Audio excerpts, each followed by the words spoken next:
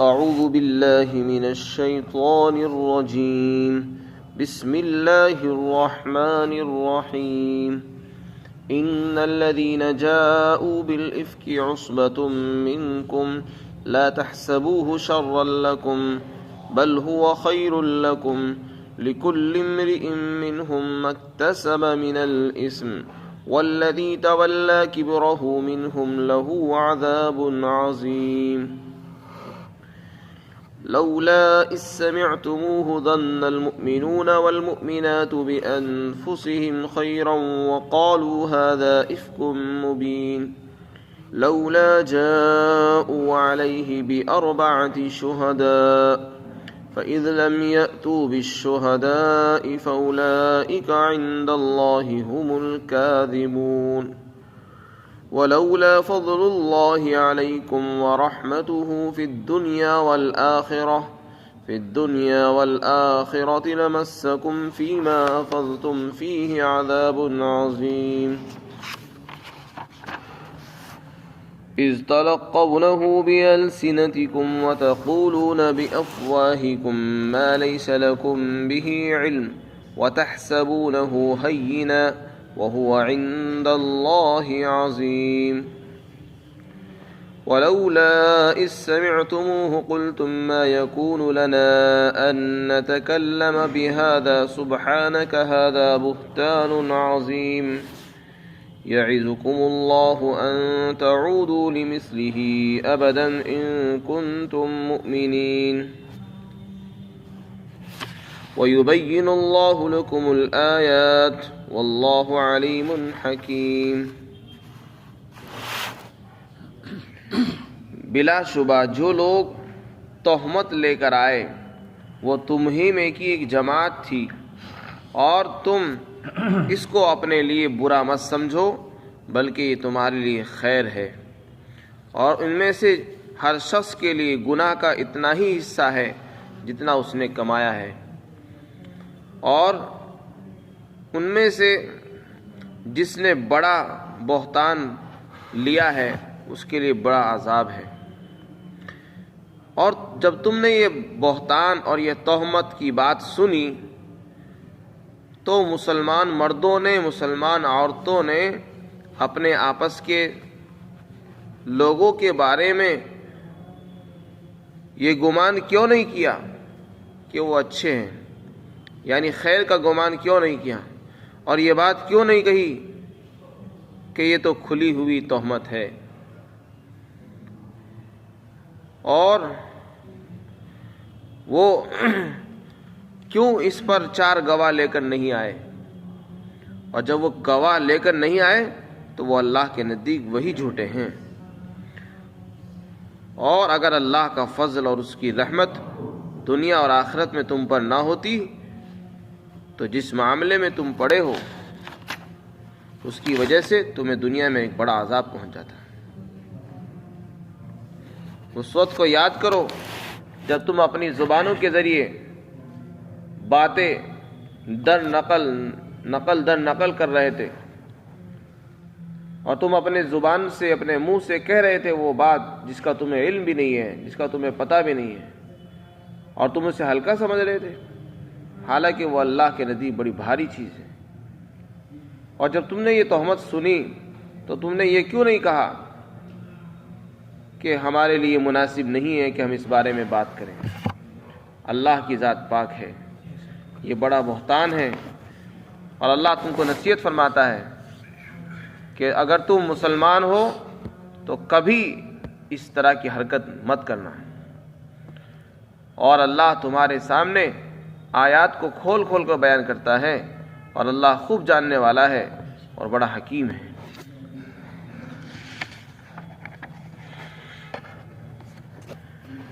یہ آیت شریفہ اور اس کا پورا رکوع ایک خاص واقعے کے اندر نازل ہوا۔ حضور اقدس صلی اللہ علیہ وسلم کی عادت شریفہ تھی جب آپ تشریف لے جاتے سفر میں تو ازواج مطہرات میں سے کسی کو اپنے ساتھ رکھتے تھے۔ چنانچہ سن 6 ہجری کے اندر غزوہ بنو المصطلق کا واقعہ پیش آیا اور آپ ایک غزوے میں تشریف لے گئے۔ غزوے میں روانگی سے پہلے آپ نے قرعہ ڈالا. جب آپ تشریف لے جاتے تھے تو کون سی بیوی کو سفر میں ساتھ لے جانا ہے تو اس کے لیے قرعہ اندازی ہوتی تھی. چنانچہ اس میں حضرت عائشہ صدیقہ رضی اللہ عنہ کا نام ہے. حضرت عائشہ صدیقہ رضی اللہ عنہ سفر میں ساتھ تشریف لے گئی. وہ ہلکی پھلکی تھی اور وہ ایک ہودج میں سوار رہتی تھی. ہودج کہتے ہیں اونٹ کے اوپر ایک ڈبہ سا ہوتا تھا, اس میں پردے پڑے رہتے تھے اور اس میں 2 آدمی بیٹھ جاتے تھے. چنانچہ اس غزوے کے اندر آپ تشریف لے گئے. جب غزوے سے واپسی ہو رہی تھی تو واپسی میں پڑاؤ ڈالا. پھر رات کے آخر حصے میں روانگی کا اعلان ہو گیا کہ قافلہ روانہ ہونے والا ہے, سبھی حضرات اپنی اپنی ضرورتوں سے فارغ ہو جاؤ اور تیاری کر لیں. یہ اعلان ہوا. حضرت عائشہ صدیقہ رضی اللہ عنہ قضاء حاجت کے لیے جنگل چلی گئی, دور تک چلی گئی, کیونکہ جنگل میں پڑاؤ تھا, وہاں مرد بھی تھے, تو اس لیے قریب میں قضاء حاجت کرنا مناسب نہیں سمجھا, دور چلی گئی پردے کے لیے. اور جب دور گئی, جب واپس آئی تو دیکھا میرا ہار جو گلے کا تھا وہ گر گیا کہیں. دوبارہ پھر گئی, دوبارہ اسی کی تلاش میں نکلی اور تلاش کرتے کرتے دیر ہو گئی. جب اس کو تلاش کر کے واپس پہنچی تو قافلہ روانہ ہو چکا تھا اور حضور اقدس صلی اللہ علیہ وسلم اپنے قافلے کے ساتھ آگے جا چکے تھے اور کسی کو معلوم نہیں ہو سکا. معلوم نہ ہونے کی وجہ یہ تھی کیونکہ عورتیں ہودج میں رہتی تھیں, پردے کے اندر رہتی تھی, اور ہودج کو اونٹ پر رکھا جاتا تھا. جب اونٹ بٹھایا جاتا تو وہ ہودج اٹھا کر نیچے رکھ دیا جاتا تھا زمین پر, اور اس کے لیے آدمی مقرر تھے. جب روانگی کا وقت ہوتا تھا تو وہ ہودج اٹھا کر اونٹ کے اوپر رکھ دیا کرتے تھے, باندھ دیا کرتے تھے. چنانچہ حضرت عائشہ کا بیان ہے کہ اس زمانے میں خوراک ایسی نہیں ملتی تھی کہ انسان بھاری ہو جائے, بہت ہلکی پھلکی تھی, تو اس لیے اٹھانے والوں کو محسوس ہی نہیں ہوا کہ وہ اندر موجود نہیں ہے. ہودج کو اٹھایا اور اونٹ پر اس کو باندھ دیا, اور حضرت عائشہ کا جو اونٹ تھا اس کو اور اونٹوں کے ساتھ روانہ کر دیا. حضرت عائشہ صدیقہ رضی اللہ عنہ جب وہاں پر تشریف لائی تو دیکھا کوئی نہیں ہے, تو اللہ نے ان کے دل میں بات ڈالی. انہوں نے وہیں پر قیام کرنے کو مناسب سمجھا اور اپنی ایک چادر لی اور وہیں لیٹ گئی, یہاں تک کہ ان کی آنکھ لگ گئی. انہوں نے یہ خیال کیا کہ اگر میں کہیں اور جاؤں گی تو حضور میری وجہ سے پریشان ہوں گے, اس لیے جب آپ حضور مجھ کو نہیں پائیں گے تو آپ میری تلاش میں یہیں پر آئیں گے, تو اس لیے وہیں پر قیام فرمایا. حضرت عائشہ صدیقہ رضی اللہ عنہ وہیں لیٹ گئی. اللہ کے رسول صلی اللہ علیہ وسلم نے قافلے میں یہ بھی انتظام فرمایا تھا کہ ایک آدمی کو آپ مقرر فرما دیتے تھے کہ آپ سب سے اخیر میں آئیں. جب قافلہ چلا جائے تو آپ سب سے اخیر میں پیچھے پیچھے آئیں, تاکہ اگر کسی کا کوئی سامان رہ جائے, کسی کا کوئی سامان گر جائے تو اس کو اٹھا کر لائیں. اس کام پر حضرت صفوان بن معطل مقرر تھے, وہ پیچھے سے چلے آ رہے تھے. وہ آئے تو دیکھا کہ ایک انسان ہے چادر اوڑھے ہوئے لیٹا ہوا ہے. جب وہ قریب پہنچے تو دیکھا کہ یہ تو عائشہ ہے. حضرت عائشہ فرماتی ہیں کہ انہوں نے مجھے بچپن میں دیکھا تھا اور اب پردے کا حکم نازل ہو چکا تھا. جب انہوں نے مجھے دیکھا تو انا للہ و انا الیہ راجعون پڑھا. ان کا یہ پڑھنا تھا, ان کی آواز سے میری آنکھ کھل گئی اور میں نے فوراً اپنا منہ چھپا لیا. ان کا چہرہ کھلا ہوا تھا اور منہ چھپا لیا, اس لیے کہ پردے کے احکامات تھے. اسی سے معلوم ہوتا ہے کہ چہرے کا بھی پردہ ہے. حضرت عائشہ صدیقہ رضی اللہ عنہا نے اپنا چہرہ چھپا لیا چادر سے. پھر حضرت صفوان نے حکمت عملی سے اپنا اونٹ آگے بٹھایا, اپنے اونٹ کو لائے, قریب لائے اور اس کو بٹھایا اور حضرت عائشہ کو اس پر سوار فرمایا. چنانچہ حضرت عائشہ فرماتی کہ میں نے اپنا پاؤں اونٹ کے اگلے پاؤں پر رکھ کر میں اس پر سوار ہو گئی. اور پھر حضرت صفوان اس کی نکیل پکڑ کر آگے چلتے رہے، اور یہاں تک کہ اگلے دن دوپہر میں حضرت عائشہ قافلے سے جا ملی۔ اس قافلے کے اندر منافق بھی تھے، مسلمان بھی تھے، منافق بھی ہوتے تھے۔ منافق جو کہ اپنے آپ کو مسلمان کہتے تھے، اس لیے وہ ساتھ ساتھ رہتے تھے، اور ان منافقوں کا سب سے بڑا سردار تھا عبداللہ بن ابی بن سلول، جو منافقوں کا سب سے بڑا سرگنا تھا، جو باتوں کو پھیلانے میں، چرچا کرنے میں، غیبتیں کرنے میں سب سے زیادہ مشہور تھا۔ جب اس نے دیکھا کہ دو حضرت عائشہ اور صفوان بن معطل یہ دونوں ساتھ چلے آ رہے ہیں اور پیچھے سے آ رہے، حالانکہ ہم لوگ بہت پہلے آ چکی اور یہ اب کہاں سے آ رہے ہیں، تو اس نے بدگمانی شروع کر دی کہ یہ دونوں دیر سے آ رہے ہیں، کیا معاملہ ہے۔ بس یہیں سے اس نے باتیں گھڑنی شروع کی، اور اس کے ساتھ بہت سے منافق لگ گئے، یہاں تک کہ کچھ بھولے بھالے سیدھے سادے مسلمان بھی لگ گئے۔ اور ہوا یہ کہ دو مسلمان بھی ان کے ساتھ لگ گئے۔ انہوں نے جو بدگمانیاں پھیلائی کہ انہوں نے یہ جو دیر سے آئے ہیں، کوئی نہ کوئی بات ہے، یا آخر دیر سے کیوں آئے، کیا معاملہ ہے، جبکہ ہم لوگ پہلے آ چکے تھے، یہ کہاں رہ گئے تھے، کیا بات تھی۔ تو اس طرح کی بدگمانیاں، تہمتیں انہوں نے شروع کر دی، یہاں تک کہ اس کے چرچے ہونے لگے پورے۔ حضرت عائشہ فرماتی مجھے کچھ خبر نہیں تھی کہ کیا ہو رہا ہے۔ مسلمانوں میں بھی دو مرد تھے، ایک عورت تھی۔ ایک کا نام تھا حضرت حسان بن ثابت، جو بہت بڑے شاعر بھی ہیں، اور دوسرے تھے مصطح بن اساسہ، جو حضرت ابوبکر صدیق رضی اللہ عنہ کے بھانجے تھے۔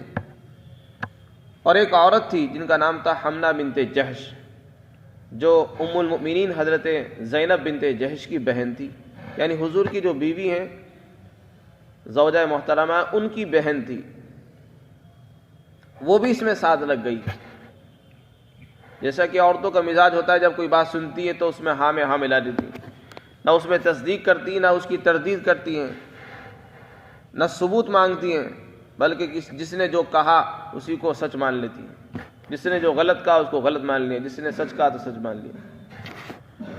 حالانکہ یہ ایک مومن کی شان نہیں ہے کہ کسی آدمی نے ہم سے کوئی بات کہی اور اس پر فوراً ایمان لے آئیں اور فوراً اس کو مان لیں، بلکہ اس کے لیے ثبوت ہونا چاہیے، اس کے لیے پختہ دلائل ہوں، تب جا کے آدمی اس کو مانے۔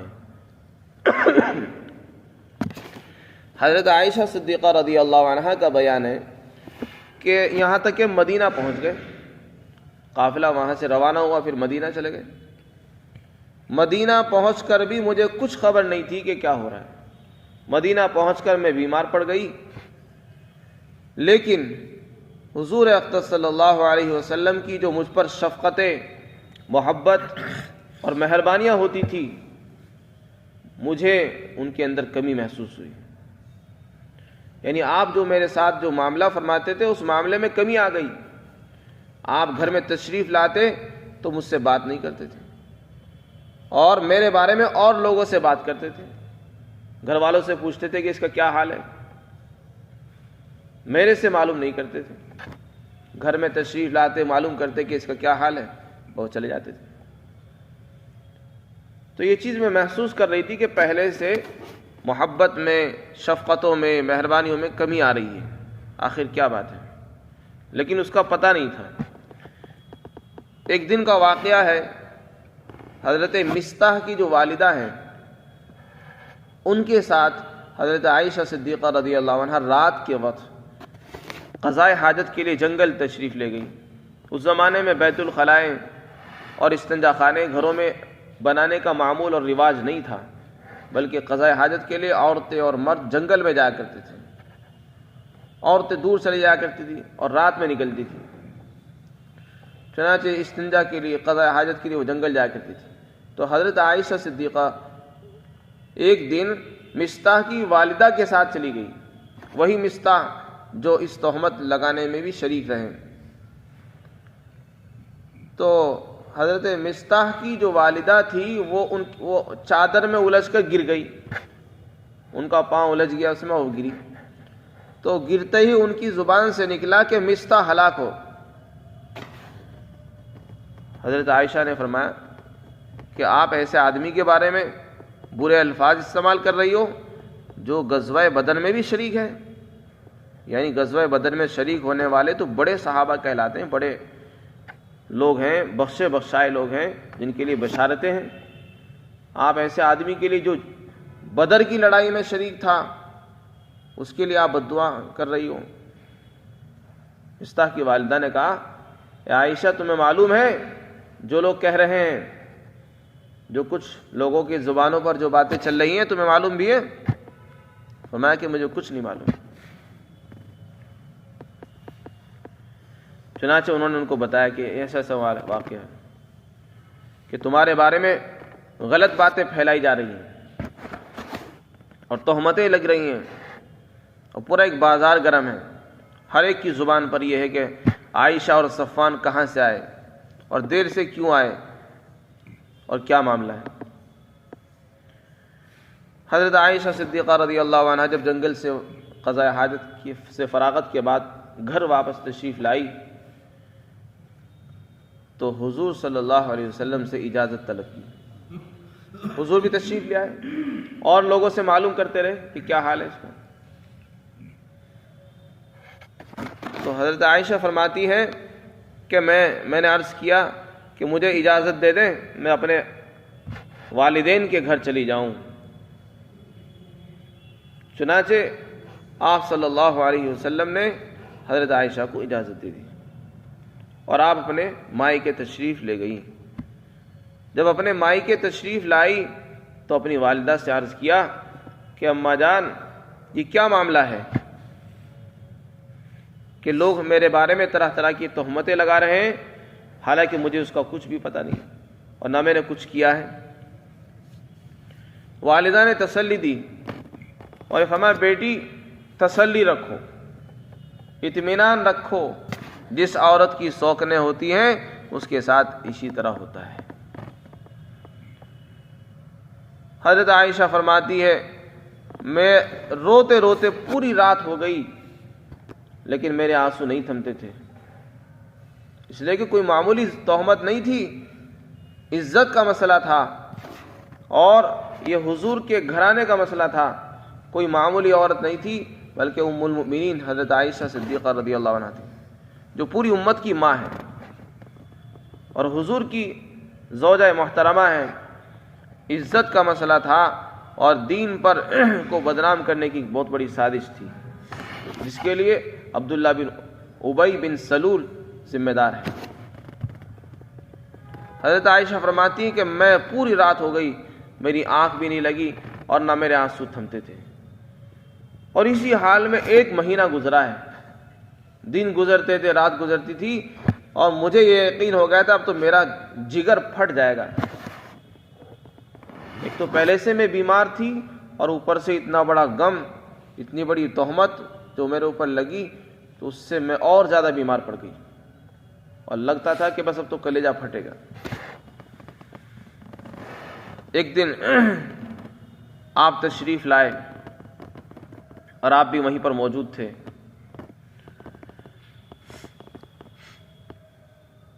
اس وقت آپ صلی اللہ علیہ وسلم پر وحی کے آثار نازل شروع ہوئے. چنانچہ جب وحی کے آثار ہوتے تھے تو آپ کی کیفیت بدل جاتی تھی، آپ کے اوپر پسینہ آتا تھا. تو حضرت عائشہ فرماتی ہیں مجھے یقین نہیں تھا کہ میرے بارے میں قرآن کی آیتیں نازل ہوں گی. میں تو یہ سمجھتی تھی کہ اللہ تعالیٰ کی طرف سے مجھے امید ہے اللہ تعالیٰ میری برات نازل فرما دے گا، میری پاکیزگی ظاہر فرما دے گا اور آپ صلی اللہ علیہ وسلم کو کوئی خواب نظر آ جائے گا، اس میں معلوم ہو جائے گا. لیکن اللہ نے پورا رکوع ان کی شان میں اور ان کی برات میں ان کی پاکی کو بتانے کے لیے اور مسلمانوں کو تنبیہ کرنے کے لیے اور مسلمانوں کو آداب اور سلیقہ سکھانے کے لیے نازل فرمایا ہے. چنانچہ یہ پورا رکوع اسی واقعے میں حضور پر نازل ہوا. اس میں حضرت عائشہ کی صفائی اور پاکی بھی ہے اور ان لوگوں کو تنبیہ ہے جنہوں نے تہمت کے اندر حصہ لیا ہے اور مسلمانوں کو تعلیم دی گئی ہے کہ جب کوئی کسی پر تہمت لگائے تو پھر اس کا ساتھ مت دو بلکہ اس کی تردید کر دو فوراً کہ جھوٹ بولتے ہو، غلط کہتے ہو. اگر کوئی آدمی کسی پر تہمت لگائے تمہارے سامنے آ کر یہ کہے کہ نہیں وہ غلط ہے اور تمہارے پاس ثبوت نہیں ہے نہ اس کے پاس ثبوت ہے، تو اس کو فوراً کہہ دو کہ یہ غلط کہتے ہو تم، یہ جھوٹ ہے، یعنی اس کی ہاں میں ہاں مت ملاؤ ورنہ گناہ گار ہوگے۔ اس لیے کہ ایک مسلمان کے بارے میں بدگمانی کرنا یہ بڑا گناہ ہے۔ جو آدمی اپنے مسلمان بھائی کی حمایت کرے تو اللہ تعالیٰ اس کی حمایت فرمائیں گے اور اس کے لیے ایک فرشتہ مقرر فرما دیں گے کہ اس کے جسم کو جہنم کی آگ سے بچا لیں۔ تو جو آدمی اس دنیا میں رہ کر ایک مسلمان کی حمایت کرے گا اور اس کی عزت کو بچائے گا تو اللہ تعالیٰ قیامت کے دن اس کی آبرو اور عزت کی حفاظت فرمائیں گے۔ تو مسلمانوں پر لازم ہے جب کوئی کسی کے سامنے کسی کے اوپر تہمت لگائے اور اس کے پاس ثبوت بھی نہیں ہے، بس ویسے ہی بیان کر رہا سنا سنی، تو اس کی فوراً تردید کر دے اور اس کو کہے کہ نہیں یہ جھوٹ ہے، یہ غلط ہے، ایسا نہیں ہے، وہ اچھا آدمی ہے۔ اس لیے کہ کسی کی تہمت کے ثابت ہونے کے لیے شریعت نے بہت سخت قانون بنایا ہے، فرمایا کہ 4 گواہ ہونے چاہیے۔ کسی نے کوئی غلط کام کیا ہے اور آپ اس کے اوپر تہمت لگا رہے ہو کہ غلط کام کیا اور آپ کے پاس 4 گواہ بھی نہیں ہے، تو پھر آپ کی بات کی تصدیق کرنا یہ گناہ میں اپنے آپ کو شامل کرنا ہے۔ تو اس لیے فرمایا اس کی تصدیق مت کرو، اس کو جھٹلاؤ۔ تو مسلمانوں کو فرمایا کہ مسلمانوں جب تم نے یہ بات سنی تو تم نے اچھا گمان کیوں نہیں کیا؟ تمہیں تو یہ کہنا چاہیے تھا نہیں یہ غلط باتیں ہیں۔ اور اس وقت کیا ہوا؟ جب اس منافق نے یہ باتیں اپنی طرف سے گھڑی بنائی تو بہت سے منافق تو ساتھ ہی لگ گئے، مسلمان بھی ہاں میں ہاں ملانے لگے، ہاں ایسا ہی ہوا۔ اور کچھ مسلمان وہ تھے جو چپ رہے، تو جو چپ رہنے والے ہیں وہ بھی گناہ گار ہیں، اس لیے کہ انہوں نے اپنی ذمہ داری کو ادا نہیں کیا۔ ان کی ذمہ داری تھی کہ ایک مسلمان عورت پر جو پوری امت کی ماں بن رہی ہے، ان کی عزت پر آنچ آ رہی ہے، انہوں نے ان کا دفاع نہیں کیا، خاموش رہے۔ فرمایا جب تم نے یہ بات سنی تو تم نے اپنے بارے میں خیر اچھا گمان کیوں نہیں کیا؟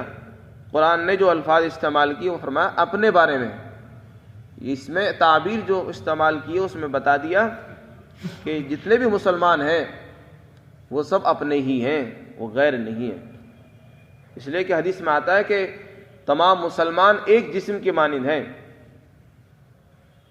اگر اس ایک آدمی جیسے ایک جسم کے اندر کسی سر میں درد ہوتا ہے تو پورا جسم بے چین ہو جاتا ہے، ہاتھ میں تکلیف ہوتی ہے تو پورا جسم بے چین ہو جاتا ہے، دانت میں درد ہوتا ہے تو پورے جسم کو نیند نہیں آتی۔ اسی طرح تمام مسلمانوں کا حال ہونا چاہیے کہ ایک مسلمان پریشان ہے تو پوری امت پریشان ہو اور بے چین ہو جائے، جب تک اس کو سکون نہ مل جائے۔ ایک مسلمان کی شان ہونی چاہیے۔ ایک مسلمان کی عزت کو اچھالا جا رہا ہے اور اس پر تہمت لگ رہی ہے اور دوسرے مسلمان خاموش ہیں اور بلکہ غیبتوں میں شریک ہیں،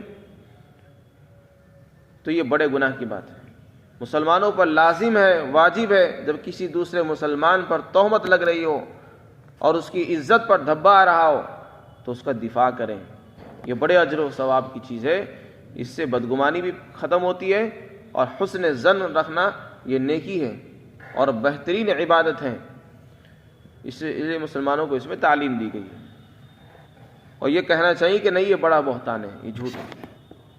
دوسری بات یہ کہ جب ان کے پاس 4 گواہ تھے ہی نہیں اور تم نے یہ بھی تصدیق نہیں کہ جب 4 گواہ نہیں ہے تو تمہاری بات تو ہم سچا کیوں مان رہے ہیں، تو فرمایا کہ پھر وہ تو وہی جھوٹے نکلے نا، اور لیکن تم نے پھر بھی ان کی بات کو مان لیا۔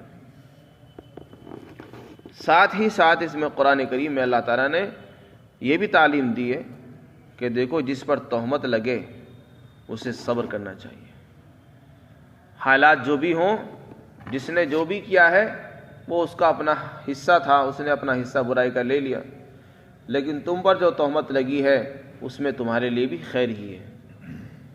فرمایا تمہیں ضرور سے صدمہ ہوا ہے، رنج ہوا ہے، تمہارے دل کو تکلیف پہنچی ہے، لیکن تکلیف پر صبر کرنے پر بھی اللہ کی طرف سے اجر اور ثواب ملتا ہے۔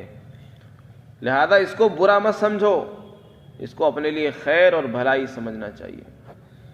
تو اس میں اللہ تعالیٰ نے دوسری تعلیم یہ بھی دی کہ اگر برے حالات آ جائیں، لوگ تمہارے بارے میں غلط باتیں پھیلاویں، تو اس کو برا مت سمجھو، اس میں بھی کوئی نہ کوئی خیر اور بھلائی چھپی ہوئی ہے اندر۔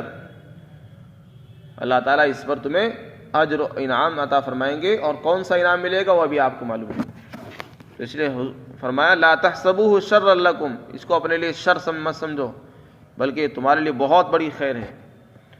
رہا ان کا معاملہ، انہوں نے اپنے اپنے گناہوں کا حصہ لے لیا، جس نے جتنا گناہ کیا اتنا حصہ اس نے کما لیا۔ سب سے بڑا گناہ عبداللہ بن ابی بن سلول نے کمایا، اس لیے کہ اس نے ایک بات کو گھڑا بنایا اور اس کو آگے پھیلا دیا، تو اس کا گناہ ڈبل ہے، گھڑا بھی ہے اور اس کو پھیلایا بھی۔ دوسرے لوگوں کا گناہ کم تھا۔ چنانچہ جب ان کی برات نازل ہو گئی تو حضرت عبداللہ بن عمر رضی اللہ عنہ کا بیان ہے کہ آپ نے ابو عبیدہ ابن الجراح رضی اللہ عنہ کو بلایا کہ لوگوں کو جمع کریں۔ چنانچہ لوگ جمع ہو گئے تو پھر آپ نے یہ آیتیں پڑھ کر سنائی، اور عبداللہ بن ابی پر ڈبل اور دوہری حد قذف جاری فرمائی، 80 کوڑے ان کو ڈبل لگائے، اور اسی طرح مستح کو، اور اسی طرح حسان بن ثابت کو اور حمنہ بنت جہش کو تہمت لگانے کی جو سزا تھی 80 کوڑے، وہ 80 کوڑے لگائے گئے۔ طبرانی کی روایت میں موجود ہے۔ اللہ تعالیٰ فرماتے ان الذین جاؤ، جو لوگ تہمت لے کر آئے ہیں وہ تم ہی میں کی ایک جماعت ہے۔ اب یہ قرآن نے یہاں پر یہ فرمایا کہ وہ تم ہی میں کے آدمی ہیں، تم ہی میں کی جماعت ہے۔ حالانکہ عبداللہ بن ابی منافق تھا، مسلمان نہیں تھا، لیکن چونکہ وہ اپنے آپ کو مسلمان بتاتا تھا، اس لیے اس پر اسلامی حکم لگ گیا اور اس کو مسلمانوں کا ہی آدمی بتایا۔ پھر آگے فرمایا کہ اس کو برا مت سمجھو اپنے لیے، یہ جو کچھ ہوا ہنگامہ، لوگوں نے تہمت لگائی، اس تہمت کو بھی خیر ہی سمجھو، اس میں بھی کوئی نہ کوئی خیر پوشیدہ ہے۔ بل ہوا خیر لکم، بلکہ وہ تو تمہارے لیے خیر اور بہتر ہے۔ اچھا، ان میں سے ہر شخص کے لیے گناہ کا وہی حصہ ہے جس نے کمایا۔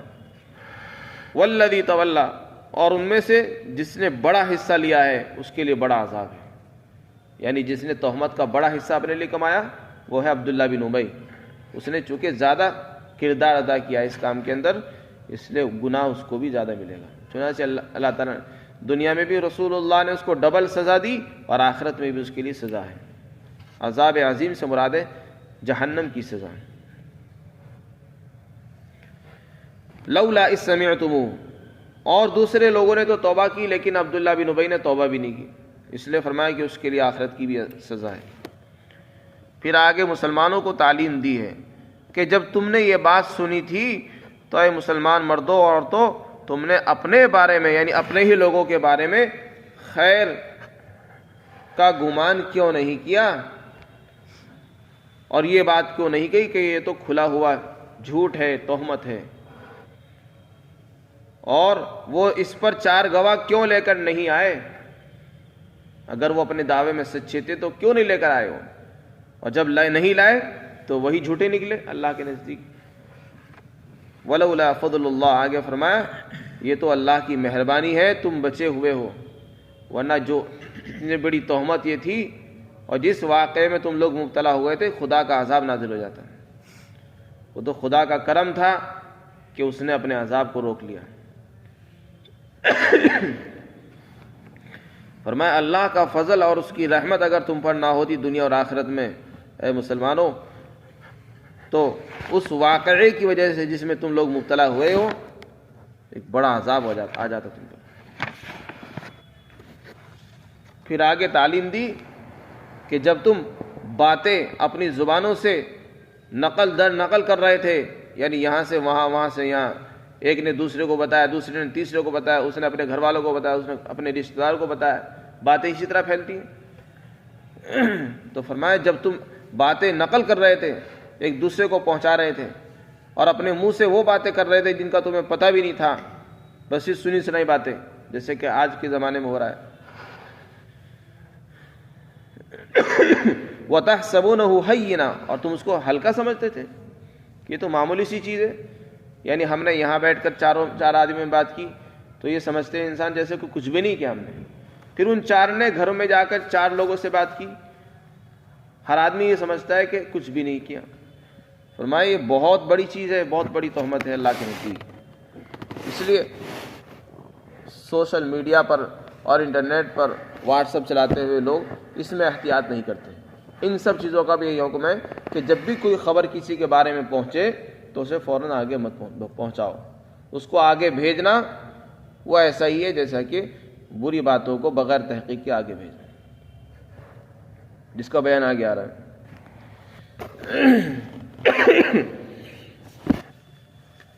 اذا جاءکم فاسق بنبأ فتبینوا ان تصیبوا قوما بجہالۃ فتصبحوا علی ما فعلتم نادمین. ایمان والوں کو خطاب ہے، جب کوئی فاسق، کوئی گنہگار کوئی خبر تمہارے پاس لائے تو پہلے اس کی خوب تحقیق کر لو، چھان پھٹک کرو، اور اس کی جب تک تحقیق نہ ہو جائے آگے مت پھیلاؤ. اور اگر تمہیں پتہ ہے کہ اس میں کسی واقعتاً وہ غلط صحیح بات ہے تب بھی اس کو آگے نہیں پھیلانا چاہیے. اس لیے کہ آگے پھیلانے سے کیا ہوگا، ایک مسلمان کی آبرو ریزی ہوگی.